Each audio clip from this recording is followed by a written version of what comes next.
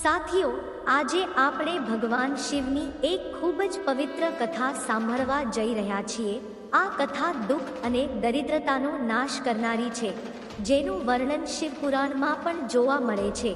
અને કહેવાય છે કે જે કોઈ પણ વ્યક્તિ આ કથાને શરૂઆતથી અંત સુધી દિલથી સાંભળે છે તો તેના ઘરમાં ક્યારેય કોઈ દરિદ્રતા નથી આવતી. આ કથા સાંભળ્યા પછી રોગીને તેના બધા રોગોથી મુક્તિ મળે છે. અને આ કથા દ્વારા અમે તમને એ પણ જણાવવા જઈ રહ્યા છીએ કે સાવનમાં ભગવાન શિવની કથાઓ સાંભળવાનું પરિણામ શું આવે છે. માટે આપ સૌએ આ કથાને શરૂઆતથી અંત સુધી સાંભળવી જોઈએ. અને જો કોઈ વ્યક્તિ ભગવાન શિવની આ પરોપકારી કથા સાંભળે તો તેમની ભક્તિ ભગવાન શિવ પ્રત્યે 100 ગણી વધી જાય છે. જો તમે ભગવાન શિવના ભક્ત છો તો તમારે ભગવાન શિવનો અનાદર ન કરવો જોઈએ. આ પવિત્ર કથા શરૂ કરતા પહેલા જો તમે બધાએ હજી સુધી વિડીયોને લાઈક કર્યો ન હોય તો વિડીયોને લાઈક કરો અને કોમેન્ટ બોક્સમાં હર હર મહાદેવ લખો. મિત્રો, ચાલો તમારો વધુ સમય બગાડ્યા વિના કથા શરૂ કરીએ. સાથીઓ, એક જમાનામાં એક શહેરમાં એક પંડિત દીનાનાથ રહેતા હતા. તે જન્મથી ખૂબ જ ગરીબ હતો અને પંડિત તેની પત્ની અને તેના પુત્ર સાથે રહેતો હતો. તેમના પુત્રનું નામ સોમનાથ હતું. તે પંડિત દરરોજ સવારે ઉઠીને તુલસીના છોડને સ્નાન વગેરે કર્યા પછી પાણી ચડાવતા હતા. અને તે દરરોજ તે શહેરના તમામ ઘરોમાં જતો અને કથાઓ કહેતો. પરંતુ તે પંડિત દ્વારા કરવામાં આવેલા આ બધા કામો તેની પત્નીને બિલકુલ પસંદ ન હતા, કારણ કે તે પંડિતની પત્ની ઘણા વર્ષો સુધી ભગવાન ભોલેનાથની પૂજા કરતી હતી અને શ્રાવણના તમામ સોમવારનું વ્રત પણ રાખ્યું હતું. પરંતુ આ બધું કર્યા પછી પણ તે ગરીબીનો સામનો કરી રહી હતી. તેથી તે પંડિતની પત્ની ભગવાન ભોલેનાથ પર ખૂબ ગુસ્સે થઈ ગઈ હતી અને તેમની પૂજા કરવાનું છોડી દીધું હતું. એ જ રીતે પંડિત યુવાન હતો ત્યાં સુધી તે ભગવાન ભોલેનાથની કથા કહ્યા પછી કે ક્યાંકથી પૂજા પાઠ કર્યા પછી જે પૈસા મળતા હતા તેનાથી તે પોતાના પરિવારને જમાડતો હતો. પછી એક દિવસ પહેલા પંડિતની પત્ની ફરીથી ભગવાન ભોલેનાથની આરાધના કરવા માંડે છે. તે મનમાં એમ વિચારીને ભગવાન ભોલેનાથની પૂજા કરતી હતી કે એક દિવસ જરૂર આવશે જ્યારે મારી બધી ઈચ્છાઓ પણ પૂરી થશે, મારી દરિદ્રતા પણ દૂર થઈ જશે. પરંતુ તેમના દ્વારા આટલી બધી પૂજા પાઠ કર્યા પછી પણ તેમની પૂજાનું કોઈ પરિણામ તેમને મળી રહ્યું ન હતું, જેના કારણે તે ખૂબ જ ઉદાસ થઈ જાય છે અને મનમાં જ પોતાને કોસવા લાગે છે કે આપણે એવું કયું પાપ કર્યું છે જેના કારણે આપણે આટલી ગરીબીનો સામનો કરી રહ્યા છીએ. હવે ધીરે ધીરે પંડિત અને તેમની પત્ની બંને ખૂબ જ વૃદ્ધ થઈ ગયા હતા અને હવે જ્યારે પંડિતના શરીરમાં એટલી શક્તિ પણ બચી ન હતી કે તે ભગવાન ભોલેનાથની કથા કહેવા માટે કોઈ પણ શહેરમાં જઈ શકે. હવે પંડિત હંમેશા બીમાર રહેતા હતા, કારણ કે તેઓ ઘણા રોગોથી ઘેરાયેલા હતા અને તેમનું ઘર ચલાવનારું કોઈ નહોતું, જેથી પંડિત પણ ચિંતિત હતા. ધીરે ધીરે તેના ઘરમાં કશું જ બચ્યું ન હતું. તેને અનાજ માટે પણ સંઘર્ષ કરવો પડતો હતો. પછી તે પંડિતની પત્ની ખૂબ ગુસ્સે થઈ જાય છે અને ફરીથી ભગવાન ભોલેનાથની પૂજા કરવાનું બંધ કરી દે છે અને તે તેના પતિને પણ ભગવાન ભોલેનાથની પૂજા કરવાની ના પાડે છે. પરંતુ તે પંડિત ભગવાન ભોલેનાથની પૂજા કરવાનું બંધ કરતા નથી. પછી એક દિવસ તે ગુસ્સે થઈ ગઈ અને તેના પતિને કહ્યું, હે નાથ, આપણે બંને ક્યાં સુધી ભગવાન ભોલેનાથની પૂજા કરતા રહીશું, કારણ કે આપણે બંને ભગવાન શિવ શંભુની પૂજા કરીને ખૂબ વૃદ્ધ થઈ ગયા છીએ. તેમ છતાં આપણને આટલી બધી પૂજા કરવાનું કોઈ ફળ મળ્યું નથી. આપણી ગરીબી તો દૂર થઈ જ નહીં, પણ ઉલટું આપણે પહેલાં કરતાં પણ વધુ ગરીબ થઈ ગયા છીએ. પહેલાં તો બધું બરાબર હતું, પરંતુ હવે મારે એક એક દાણા માટે રડવું પડે છે. પંડિતની પત્ની પંડિતને કહે છે, હે નાથ, હું જ મૂર્ખ છું કે મેં એક વખત ભગવાન ભોલેનાથની પૂજા કરવાનું બંધ કરી દીધું અને ફરીથી શરૂ કર્યું, અને મેં શ્રાવણના બધા સોમવારના વ્રત દિવસ કે રાત જોયા વગર કર્યા હતા, અને ભગવાન ભોલેનાથની પૂજા કરી હતી, અને દિવસ રાત ભગવાન ભોલેનાથની પૂજા કરી હતી, અને ઉપવાસ પણ કર્યા હતા. દરરોજ તપસ્યાનો જાપ કરીને મેં પોતાનું શરીર નબળું પાડી દીધું. આ બધું કર્યા પછી પણ મને તેનું કોઈ પરિણામ ન મળ્યું. તો હવે તમારા શિવ શું આપશે કે તમે દરરોજ શિવલિંગને જળ ચઢાવો છો? સાથીઓ, પોતાની પત્નીની વાત સાંભળ્યા પછી તે પંડિત તેમને કશું કહેતા નથી, કારણ કે તેમને તેમના આરાધ્ય ભગવાન ભોલેનાથમાં પૂરો વિશ્વાસ હતો. બીજી તરફ તેમનો પુત્ર સોમનાથ હજુ શિક્ષણ મેળવી રહ્યો હતો, અને થોડા જ દિવસોમાં તેમની શિક્ષા દીક્ષા પૂર્ણ થઈ ગઈ હતી. તેઓ શિક્ષા દીક્ષા પૂર્ણ કરી ઘરે આવ્યા હતા, અને માતા પિતાને મુશ્કેલીમાં જોઈને તેમણે પોતાના ભવિષ્ય વિશે વધુ વિચાર ન કરીને માતા પિતાની સેવા કરવા લાગ્યો. તેની બધી ઈચ્છાઓ પૂર્ણ કરવાનું શરૂ કર્યું, અને ઘરનો બધો ભાર તેના ખભા પર લઈ લીધો. પોતાના પિતાની જેમ તેમણે પણ શહેરમાં જવાનું શરૂ કર્યું, અને ભગવાન ભોલેનાથની કથાઓ સંભળાવવાનું શરૂ કર્યું. અને કથા સંભળાવવાથી મળેલી દક્ષિણાથી તેમના પરિવારનો ઉછેર કરવાનું શરૂ કર્યું. આમ ઘણા વર્ષો વીતી જાય છે, પરંતુ એક દિવસની વાત છે. સોમનાથ તે નગરના ભગવાન શિવના પ્રસિદ્ધ મંદિરમાં પૂજા અર્ચના કર્યા બાદ ત્યાં હાજર શિવભક્તોને ભગવાન ભોલેનાથની પવિત્ર કથા સંભળાવે છે, અને કહે છે કે જે કોઈ પણ ભગવાન ભોલેનાથની આ પવિત્ર કથા સાચા દિલથી સાંભળે છે, ભગવાન ભોલેનાથ તેમની બધી જ ઈચ્છાઓ પૂરી કરે છે. તે સમયે તે નગરના રાજા તે મંદિરમાં આવેલા હતા. તે સોમનાથની આ વાત સાંભળે છે, અને તેને આ વાત ખૂબ જ પસંદ આવે છે. એટલે જ તે સોમનાથ પાસે પહોંચીને તેને કહે છે કે મને તમારી આ વાત ખૂબ ગમી છે, પરંતુ શું તમે રાજકુમારીને આજથી રોજ ભગવાન ભોલેનાથની કથા સંભળાવશો? કારણ કે મારી દીકરીને સારો વર મળે તેવું હું ઈચ્છું છું, અને આ માટે હું તમને દરરોજ દક્ષિણાના રૂપમાં અઢળક પૈસા આપીશ.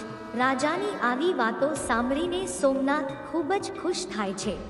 તે પછી રાજાએ સોમનાથને તેના શાહી મહેલમાં રાજકુમારીને દરરોજ કથાઓ સાંભળવા માટે નિયુક્ત કર્યા, અને હવે સોમનાથે તે નગરના રાજાની દીકરીને દરરોજ કથા સંભળાવવાનું શરૂ કર્યું.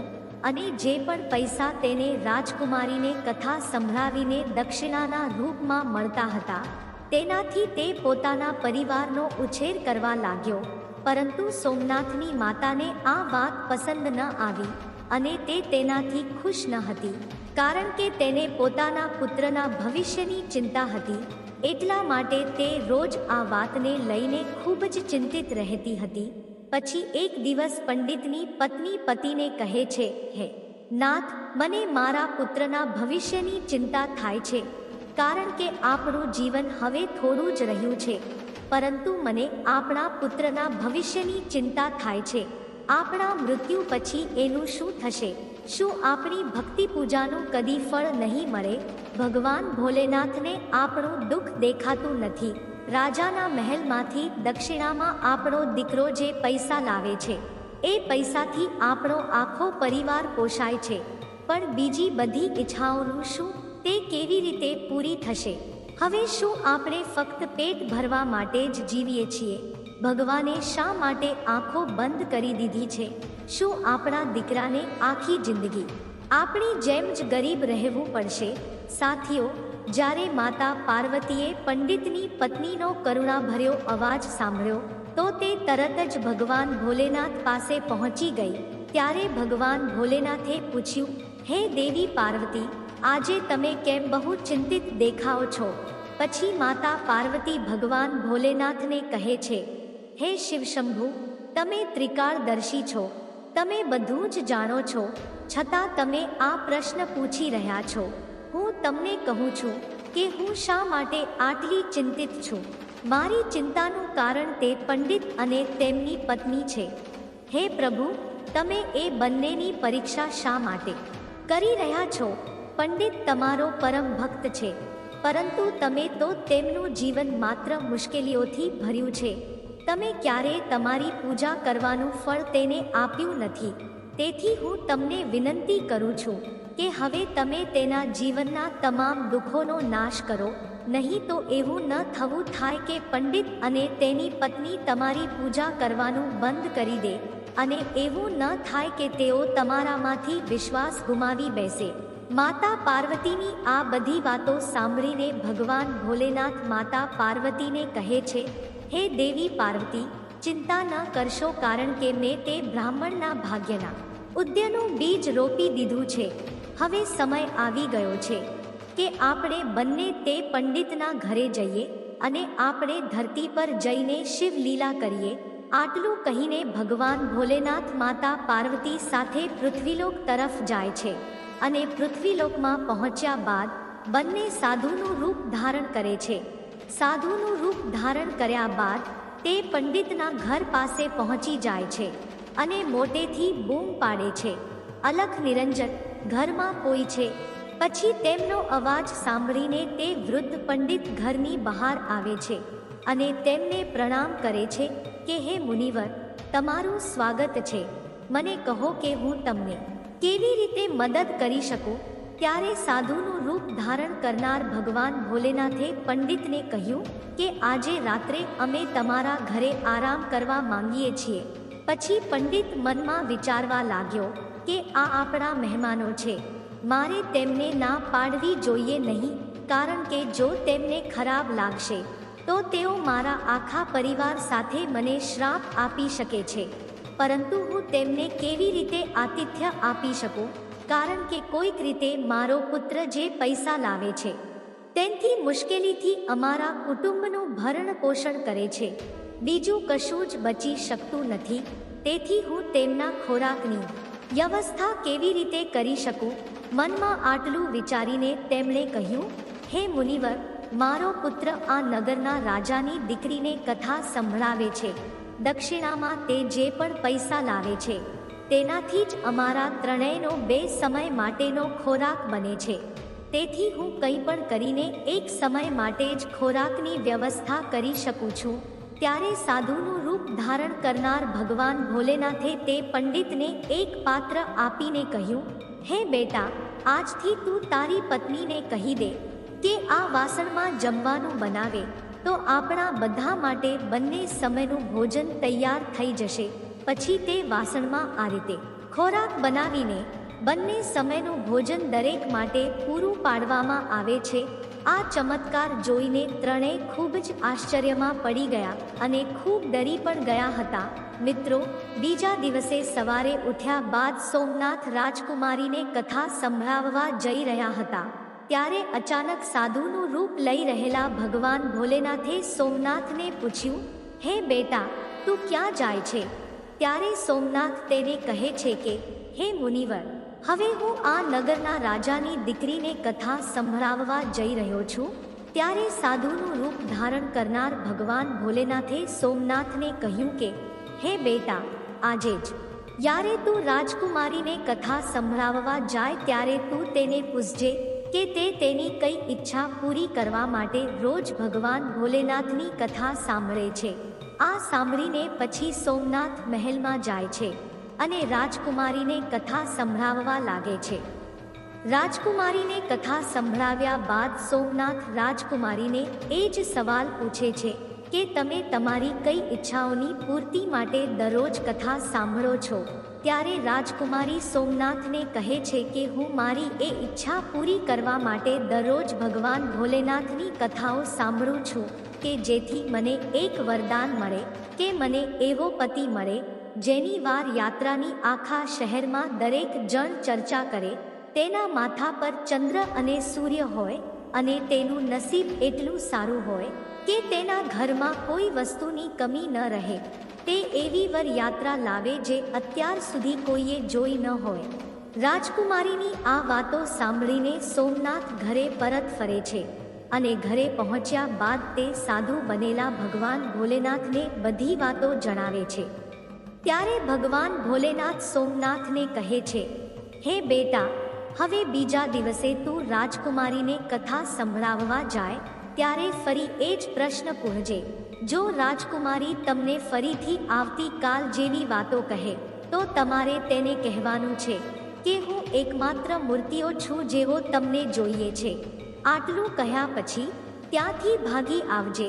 ત્યારે સોમનાથ ભગવાન ભોલેનાથને કહે છે, હે ઋષિ, હે મુનિવર, હું ગરીબ પંડિત છું અને તે આ નગરના રાજાની દીકરી છે. અમારા લગ્ન કેવી રીતે થઈ શકે? અને મારું ઘર પણ રાજાએ આપેલી દક્ષિણા પર ચાલે છે. પરંતુ જ્યારે રાજાને ખબર પડશે કે હું તેની પુત્રી સાથે લગ્ન કરવા માંગુ છું ત્યારે તે મારા આખા પરિવાર સાથે મને પણ મોતની સજા આપશે. તેથી તમે મને માફ કરો, કારણ કે હું તે કરી શકતો નથી. સોમનાથની વાત સાંભળીને ભગવાન ભોલેનાથે સોમનાથને કહ્યું કે હે બેટા, તો ઠીક છે, અમે પણ તમારા આખા પરિવારને પોતાના શ્રાપથી ભસ્મ કરી દેશું. એમ પણ સોમનાથ પહેલાથી જ તેમના ચમત્કારથી ખૂબ જ ડરી ગયો હતો. તેમની પાસેથી આવી વાતો સાંભળીને તે વધુ ડરી ગયો અને તેણે મનમાં વિચાર્યું કે મને અને મારા પરિવારને રાજા પાછળથી ફાંસી આપશે તેના પહેલાં જ તેઓ આ ઋષિમુનિઓના શ્રાપથી ભસ્મ થઈ જશે. મનમાં આટલું વિચારીને પછી તે એમ કરવા માની ગયો અને રાજકુમારીને ભગવાન ભોલેનાથની કથા સંભળાવવા માટે મહેલ તરફ પ્રયાણ કર્યું. રાજમહેલમાં પહોંચ્યા બાદ તેમણે રાજકુમારીને ભગવાન ભોલેનાથની કથા સંભળાવવાનું શરૂ કર્યું. જેના પછી તેમણે ફરી રાજકુમારીને પૂછ્યું કે તમે તમારી કઈ ઈચ્છાઓની પૂર્તિ માટે ભગવાન ભોલેનાથની કથા સાંભળો છો? પછી રાજકુમારીએ ફરી એ જ જવાબ આપ્યો જે તેણે પહેલા દિવસે આપ્યો હતો. તે પછી સોમનાથે રાજકુમારીને કહ્યું કે હે રાજકુમારી, હું એ જ મૂર્તિઓ છું જેવો તમે ઈચ્છો છો. આટલું કહીને સોમનાથ તરત જ મહેલમાંથી ભાગીને પોતાના ઘરે આવી ગયો. પરંતુ સોમનાથની આવી વાતો સાંભળીને રાજકુમારી ખૂબ જ ગુસ્સે થઈ ગઈ.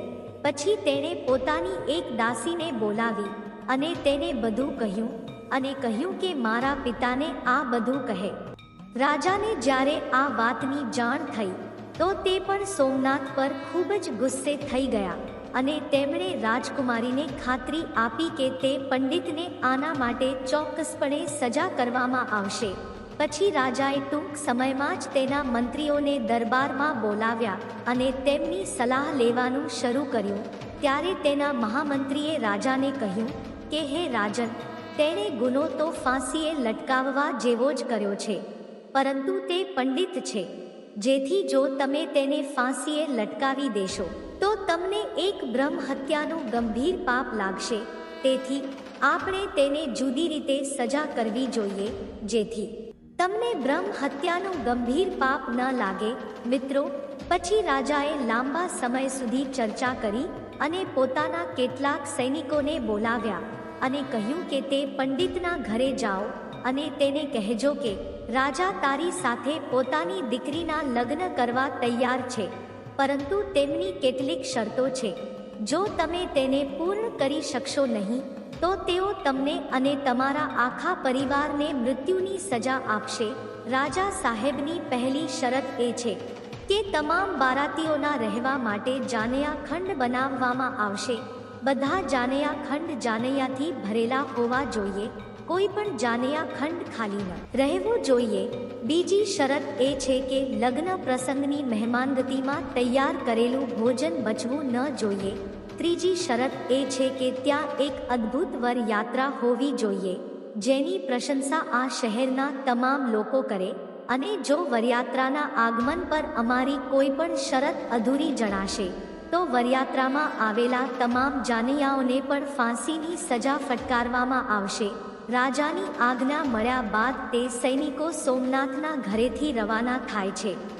બીજી તરફ સોમનાથ ઘરે પહોંચીને ભગવાન ભોલેનાથને આખી વાત કહે છે કે તમારી કહેલી વાતો કહેવા પર રાજકુમારી ખૂબ જ ગુસ્સે થઈ ગઈ હતી. હવે ફાંસીનો સંદેશ ટૂંક સમયમાં જ પહોંચવાનો છે. તે જ સમયે રાજાના તે સૈનિકો જોરજોરથી ટકોરા મારવા લાગે છે. દરવાજો ખખડાવવાનો અવાજ સાંભળીને સોમનાથના પિતા દરવાજો ખોલે છે તો તે સૈનિકો તેના પિતાને કહે છે, શું તમારો જ પુત્ર રાજકુમારી સાથે લગ્ન કરવા માંગે છે? ત્યારે સોમનાથના પિતાએ હા કહેતા સૈનિકોએ કહ્યું, રાજાએ પણ તેમની પુત્રી સાથે તમારા પુત્રના લગ્ન કરવાની મંજૂરી આપી દીધી છે, પરંતુ રાજા સાહેબની કેટલીક શરતો છે જે પૂરી કરવી પડશે, નહીં તો તમારા આખા પરિવારને ફાંસીની સજા થશે. તે સૈનિકોની વાત સાંભળીને સોમનાથના પિતા ખૂબ ડરી જાય છે અને તેમને કહે છે, હે સૈનિકો, અમારે રાજાની કઈ શરતો પૂરી કરવી પડશે? આ પછી રાજાના સૈનિકો બધી શરતો કહે છે. રાજાના સૈનિકોની વાત સાંભળીને સોમનાથ અને તેના પિતા ખૂબ જ ડરી જાય છે. તેમના હાથ પગ પણ ધ્રુજવા લાગે છે. પછી ભગવાન ભોલેનાથ બનેલા સાધુએ તેને કહ્યું કે તમે ડરશો નહીં, પરંતુ રાજાના સૈનિકોને તમારો જવાબ મોકલો કે તમે લગ્નની તૈયારી શરૂ કરો. અમે વરયાત્રાના દિવસે વરયાત્રા સાથે પહોંચીશું. પછી સોમનાથે તે સૈનિકોને પોતાનો જવાબ આપ્યો અને તેમને મોકલી દીધા. અને તે સૈનિકો મહેલમાં પહોંચીને રાજાને બધી વિગતો કહે છે. જ્યારે રાજાને સોમનાથ દ્વારા સકારાત્મક જવાબ મળે છે ત્યારે તે ખૂબ જ આશ્ચર્યચકિત થઈ જાય છે અને તે મનમાં વિચારવા લાગે છે કે તે બિચારા પંડિત કોના ભરોસે આવી દુર્લભ સ્થિતિ હોવા છતાં મારી પુત્રી સાથે લગ્ન કરવા તૈયાર છે? શું મારો કોઈ દુશ્મન તેને ટેકો આપી રહ્યો છે? તેના મનમાં આવા ઘણા વિચારો આવતા રહ્યા. તે પછી તેણે તે શહેરના ઘણા ઘરોને જાનૈયા ખંડની જેમ શણગાર્યા અને ઘણા તંબુઓની વ્યવસ્થા પણ કરી. રાજા આ બધું વિચારીને કરી રહ્યા હતા કે તે પંડિત આટલી બધા જાનૈયાઓ ક્યાંથી લાવી શકશે, અને જ્યારે તે મારી શરત હારી જશે તો તે આખા પરિવાર સાથે તેને મૃત્યુદંડની સજા આપશે. અહીં સોમનાથ તે નગરમાં બધાને પોતાની વરયાત્રામાં આવવાનું કહે છે, પરંતુ કોઈ પણ આવવા તૈયાર ન હતું અને કહેતું હતું કે ના ભાઈ, મારે આટલું જલ્દી મરવું નથી. તમારો છેલ્લો સમય નજીક છે, તો પછી વરયાત્રામાં મરવા માટે અમે તારી સાથે શા માટે આવીએ? આ બધાની આવી વાતો સાંભળીને સોમનાથ ખૂબ જ દુઃખી થઈ ગયો, કારણ કે અત્યાર સુધી કોઈ પણ વ્યક્તિ તેની સાથે વરયાત્રામાં આવવા તૈયાર ન હતો. થોડા દિવસ પછી લગ્નનો દિવસ પણ આવી ગયો અને લગ્નના દિવસે પણ સોમનાથ વધુ ચિંતિત થઈ ગયો. સાધુ બનેલા ભગવાન ભોલેનાથે જ્યારે સોમનાથને ખૂબ જ દુઃખી જોયા ત્યારે તેમણે સોમનાથને કહ્યું, હે પુત્ર, આજે તમારા લગ્ન છે અને આજે પણ તું દુઃખી છે. મને કહો, તમને કઈ બાબતની આટલી ચિંતા થાય છે? તું ચિંતા ન કરીશ, અમે તમારી સાથે છીએ. ત્યારે સોમનાથે ભગવાન ભોલેનાથને કહ્યું કે, હે મુનિવર, તમને કહેવાથી શું ફાયદો? મારું નસીબ જ ખરાબ છે. ત્યારે ભગવાન શિવ તેને અને તેના પરિવારને એકદમ સુંદર કપડાં આપે છે. ત્યારે સોમનાથને થોડી રાહત થાય છે અને વિચારે છે કે આ સાધુ મહાત્મા ચમત્કારી લાગે છે અને તૈયાર થઈને તેમની સાથે મહેલ તરફ ચાલવા લાગે છે. મિત્રો, પછી ભગવાન ભોલેનાથ તમામ દેવતાઓ, ભૂત અને ગંધર્વોને માનવ સ્વરૂપમાં સોમનાથની વરયાત્રામાં ચાલવા માટે બોલાવ્યા. ત્યારે બધા દેવતાઓ, ગંધર્વો, ભૂતો સોમનાથની વરયાત્રામાં જોડાઈ ગયા. આ જોઈને સોમનાથ અને તેના પરિવારને ખાતરી થઈ ગઈ કે આ સાધુ મહાત્માની જ કૃપા છે જેના કારણે આ બધું સંભવ થઈ રહ્યું છે. તેથી હવે સોમનાથ અને તેનો પરિવાર નિશ્ચિંત થઈ જાય છે અને તમામ જાનૈયા નાચતા મચતા જાનૈયા ગૃહ સુધી પહોંચ્યા. જ્યારે સોમનાથની વરયાત્રા આવી ત્યારે એટલા બધા જાનૈયાઓ આવ્યા કે રાજાએ શણગારેલા બધા જ ખંડો, ઘરો અને બધા તંબુઓ પણ જાનૈયાઓથી ભરાઈ ગયા અને કેટલાક જાનૈયાઓને તંબુમાં પણ જગ્યા ન મળી. પછી જ્યારે રાજાને માહિતી મોકલવામાં આવી કે જાનૈયા ખંડો અને તંબુમાં રહેવા માટે કોઈ જગ્યા બાકી રહી નથી, એટલે રહેવા માટે વધુ વ્યવસ્થા કરવામાં આવે. પછી રાજા મનમાં વિચારવા લાગ્યો કે વરયાત્રામાં તેની સાથે કોઈ આવવા તૈયાર ન હતું, તો હવે આટલી બધા જાનૈયાઓ ક્યાંથી આવ્યા છે? એટલે એકવાર જઈને જોવું જોઈએ એમ વિચારીને રાજા તરત જ ત્યાં પહોંચી ગયા. અને જ્યારે ભગવાન ભોલેનાથે રાજાને વરયાત્રા પાસે આવતા જોયા તો તેમણે શુક્ર અને શનિદેવને બાળકનું રૂપ ધારણ કરાવ્યું. અહીં પેલા રાજાએ જ્યારે બંને બાળકોને જોરથી રડતા જોયા ત્યારે તેઓ ભગવાન ભોલેનાથ કે જે ઋષિના વિશ્વમાં હતા તેમની પાસે પહોંચ્યો અને તેમને પૂછ્યું, હે મહાત્મા, આ બાળકો આટલું બધું કેમ રડે છે? પછી ભગવાન ભોલેનાથે તે રાજાને જવાબ આપ્યો અને કહ્યું કે આ બંને બાળકો ખૂબ ભૂખ્યા છે, તેથી તેઓ રડી રહ્યા છે. પછી રાજાએ તે બંને બાળકોને જમવાની જગ્યાએ મોકલી દીધા. તેના થોડા સમય પછી જ રાજાના સૈનિકો તેમની પાસે આવ્યા અને તેમને કહ્યું કે હે રાજા, પેલા બે બાળકોએ બધું ખાવાનું પૂરું કરી નાખ્યું છે અને છતાં તે બંને મોટેથી બૂમો પાડી રહ્યા છે કે તેઓ હજુ ભૂખ્યા છે. પોતાના સૈનિકોની આવી વાતો સાંભળીને રાજા ખૂબ જ આશ્ચર્યચકિત થઈ જાય છે, કારણ કે હવે તેમનો તમામ અહંકાર તૂટી ગયો હતો. પછી તેઓ ભગવાન ભોલેનાથના ચરણોમાં પડી ગયા અને હાથ જોડીને તેમને કહેવા લાગ્યા કે હે સાધુ મહારાજ, હવે મારી ઇજ્જત તમારા હાથમાં છે. પછી ભગવાન ભોલેનાથ પેલા રાજાને કહ્યું કે તમે ચિંતા ન કરો, બધું ઠીક થઈ જશે. તમે મહેલમાં જાઓ અને વરયાત્રાના સ્વાગતની તૈયારી શરૂ કરો. ત્યારે રાજાએ તે નગરના તમામ ઘરોને ખૂબ જ સારી રીતે સજાવ્યા અને આખા શહેરને દુલ્હનની જેમ સજાવવામાં આવ્યું. સોમનાથ પણ લગ્નના પોશાકમાં રાજકુમાર જેવો લાગતો હતો. સોમનાથના શહેરાને ચાંદ સૂર્યથી સજાવવામાં આવ્યા અને સોમનાથ એક સુંદર રથમાં બેસીને વરયાત્રા લઈને મહેલ તરફ જવા લાગ્યા. તે રથની સામે અનેક જાનૈયાઓ ઢોલ નગારા વાળા નૃત્ય કરી રહ્યા હતા અને ઘણા જાનૈયાઓ હાથમાં સિક્કા લઈને અહીં ત્યાં સિક્કા ફેંકી રહ્યા હતા. સોમનાથની વરયાત્રાનું આવું દ્રશ્ય જોઈને તે શહેરના કેટલાક લોકો કહેવા લાગ્યા કે આ પંડિતનું ભાગ્ય તો જુઓ, તેમના મસ્તકના ચહેરાને ચંદ્ર અને સૂર્યથી સજાવવામાં આવ્યો છે અને ધનને ચારે બાજુથી એવી રીતે ઉછાળવામાં આવી રહ્યા છે જાણે કોઈ અમીર રાજાની વરયાત્રા નીકળી રહી હોય. અને અમે અમારા જીવનમાં ક્યારે આવી વરયાત્રા જોઈ નથી અને ભવિષ્યમાં આવી વરયાત્રા જોવા મળશે તેવું લાગતું નથી. આ પંડિત નસીબમાં ખૂબ ધનવાન છે. લોકોની આવી વાતો સાંભળીને માતા પાર્વતી ભગવાન ભોલેનાથને કહે છે, હે પ્રભુ, એ સાચું છે કે જે કોઈ વ્યક્તિ પર તમારી કૃપા પડે છે તેના માટે અન્ન અને સંપત્તિના તાળા ખુલી જાય છે. ત્યારે ભગવાન ભોલેનાથ કહે છે, માં પાર્વતીને કહે છે, હે દેવી પાર્વતી, જે પણ ભક્તો મારી ભક્તિભાવથી પૂજા કરે છે તેમની પૂજાનું ફળ હું અવશ્ય આપું છું. અને જ્યાં સુધી આ અને પૂર્વજન્મના પાપોનો નાશ ન થાય ત્યાં સુધી તેઓએ તેમના પાપ ભોગવવા પડે છે. ત્યારબાદ તેના પાપ કર્મ પૂરા થતાં જ તેમના સદ્ગુણી કાર્યોના લીધે તેમના ભાગ્યના બંધ બારણા ખુલી જાય છે. ત્યારબાદ સોમનાથ અને રાજાની દીકરીના લગ્ન વિધિવત રીતે થાય છે. તે રાજકુમારીને ડોલીમાં તેના ઘેર લઈ આવે છે. સાથીઓ, જે પણ ભક્ત ભગવાન ભોલેનાથની કથા શ્રાવણ મહિનામાં દરરોજ સાંભળે છે તેને રાજકુમારી જેવો સુંદર વર મળે છે, કારણ કે રાજકુમારી દરરોજ ભગવાન ભોલેનાથની કથાઓ સાંભળતી હતી. એટલે એમની ઈચ્છા પ્રમાણે ભગવાન ભોલેનાથની કૃપાથી તેમને એક સારો પતિ મળ્યો.